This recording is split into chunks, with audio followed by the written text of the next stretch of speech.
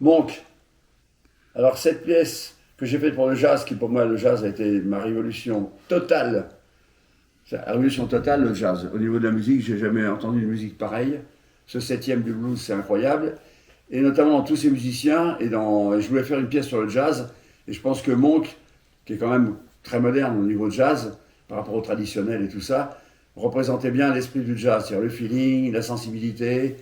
En plus, sa musique est très proche de Debussy. J'avais beaucoup de Debussy quand j'étais petit. Ça m'avait impressionné en fait, le jazz. Louis Armstrong et Debussy. Donc Monk, il résumait bien ce côté, un hyper impressionniste, une diagonale de son quand même assez fantastique. En plus, je l'ai vu en concert, je les ai pratiquement tous vus, sauf Bill Holiday. J'étais à l'époque, comme toi, on était à des bonnes époques pour voir tous ces gens. Magnifiques. Et donc, je cherchais Monk. Alors, Monk, le jazz, ben, c'est.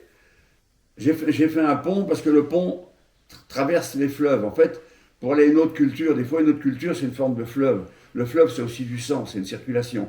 Donc, le pont franchit une rive à une autre, et le jazz, tu franchis une rive à une autre, avec cette culture qui vient d'ailleurs et tout ça, qui bouleverse. Donc, c'est pour ça que j'ai fait un pont.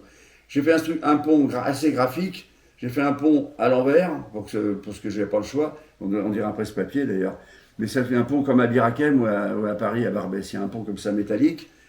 Et je sais qu'il y a des musiciens de jazz, connus d'ailleurs, qui s'entraînaient sous les ponts aussi, à New York et tout ça, pour être libre de jouer comme ils voulaient. Donc le pont, c'est vraiment un passage d'une rive à une autre.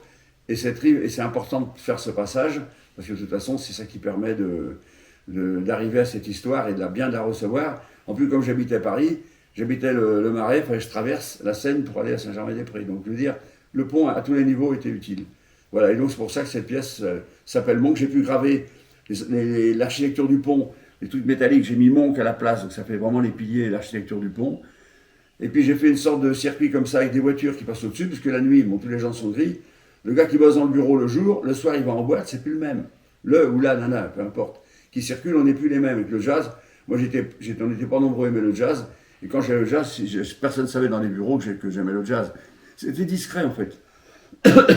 Alors c'est aussi cette voiture que j'ai mise, c'est une Buick 48, j'aime bien les bagnoles. Ce flux là, ce tampon, cette forme-là, c'est que sur ce pont, ça circule sans arrêt cette histoire. C'est pas une histoire qui démarre et qui s'arrête. C'est un flux la musique, c'est comme ça. Voilà, c'est à peu près ça, Monk.